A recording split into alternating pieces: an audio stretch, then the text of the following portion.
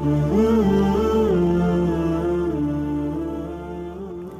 हम सऊदी अरब के कुछ ऐसे हक़ाइक़ के बारे में बात करेंगे जिसे सुनकर आप हैरान हो जाएंगे। सऊदी अरब जो कि जाना ही मक्का और मदीना की वजह से जाता है, मुसलमानों के लिए ये बहुत ही काबिल एहतराम जगह है।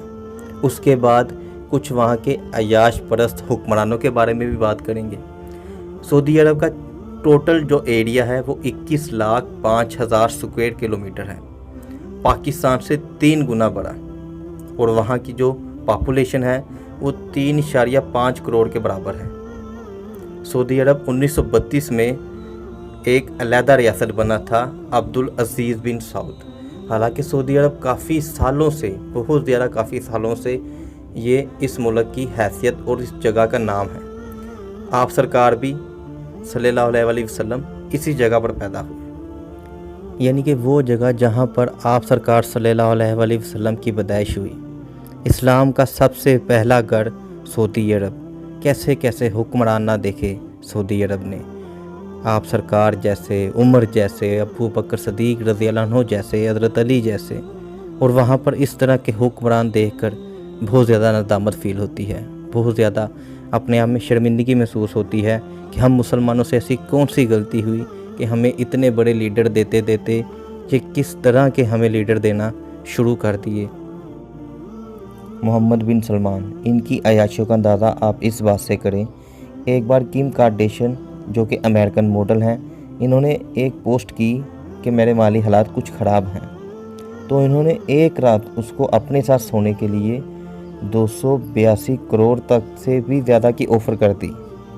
ये उनके हस्बैंड कान्ये वेस्ट ने एक इंटरव्यू के दौरान बताया।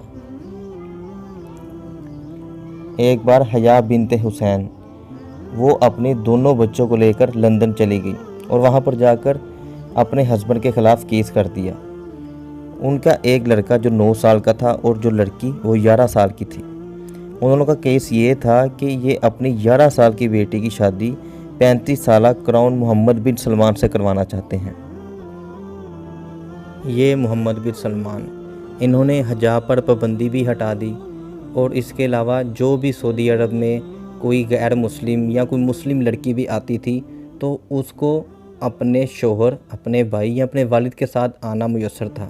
लेकिन अब वो भी रूल ख़त्म कर दिया गया है। नियोम सिटी एक लाइन है, एक ऐसी कितनी बड़ी लाइन, यानी कि उसके नीचे अगर आप लिफ्ट से नीचे जाएं तो आप एक ट्रेन में बैठेंगे जो कि चंद ही मिनटों में उस सिटी से आपको बाहर ले जाएंगे, और इसी लिफ्ट से ऊपर जाएं तो वहाँ पर आप होटल और इस तरह की बहुत सी चीज़ें आप खाने के लिए, पहनने के लिए, कुछ भी आप वहाँ से ले सकते हैं। और इनका एम्बिशन है 2030, वहाँ 2030 तक ये बनाने की ख्वाहिश है इनकी। और ये ज़ीरो कार्ब एम्बिशन है, यानी कि यहाँ पर 0% कार्ब एम्बिशन होगी। जो वहाँ पर रेलवे है वो भी मैग्नेट ट्रेन होगी, ना कि पोल्यूशन करने वाली। यानी कि वो मुल्क जो कि जाना ही पोल्यूशन की वजह से जाता है, वो मुल्क ज़ीरो कार्ब एमिशन की तरफ जा रहा है। ऊँटों का कारोबार भी सऊदी अरब में बहुत अरूज पर है। तकरीबन 100 ऊँट रोज़ाना ख़रीदे जाते हैं। उसके अलावा वहाँ पर एक नेशनल फेस्टिवल भी होता है जिसमें 2000 से भी ज़्यादा अफराद शिरकत करते हैं, और ये 19 किलोमीटर की एक रेस होती है ऊँटों की।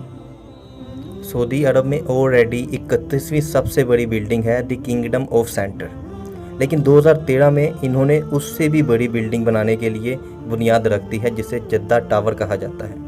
ये 2030 तक एस्टीमेट मुकम्मल हो जाएगी। ये बिल्डिंग इतनी बड़ी होगी कि ये जो अभी का बुर्ज खलीफा है जो दुबई में है, उससे भी 200 मीटर बड़ी है। ये तकरीबन 1 किलोमीटर तक इसकी लंबाई जाएगी। बुर्ज खलीफा जो कि $1.5 बिलियन में बना था, इसके लिए $4.5 बिलियन लग जाएंगे। आपकी इंफॉर्मेशन के लिए $1 बिलियन इतना होता है कि पाकिस्तान को IMF से लेने के लिए अपने मुल्क में 4 से 5% तक पेट्रोल, गैस, बिजली और इस तरह की सारी चीज़ों पर इजाफी टैक्स लगाने पड़ते हैं। सऊदी अरब का तकरीबन 95% हिस्सा डिज़र्ट है। रेगिस्तान में उसका 95% हिस्सा आता है। सऊदी अरब, जो कि सिर्फ 2 चीज़ों की वजह से ही पूरे मुल्क की इकनॉमी को चलाता है।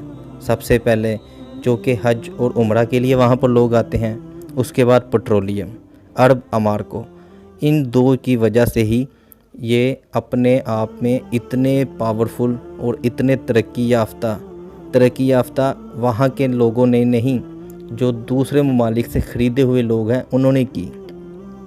और इन लोगों ने उन पैसों जो कि खुदा ने ऐसे ही इन्हें दिए, उनको ऐशो इशरत में, अपनी अयाशियों में उजाड़ दिए, ना कि इस्लाम के काम के लिए। और मुसलमानों, जो कि मुसलमान गरीब ममालिक में हैं, ना कि उनको उनकी अच्छी सेहत और अच्छी ज़िंदगी के लिए दी। यानी कि एक चीज़ जो कि ऑलरेडी ही आपके पास खुदा ने कुदरती तौर पर पेट्रोल दिया। और आपको सऊदी अरब के बारे में कौन सी बात सबसे ज़्यादा हैरानकुन लगी, कमेंट बॉक्स में ज़रूर बताइएगा। और इसी तरह की वीडियो को देखते रहने के लिए चैनल को सब्सक्राइब कर लें और वीडियो को लाइक भी ज़रूर कीजिएगा।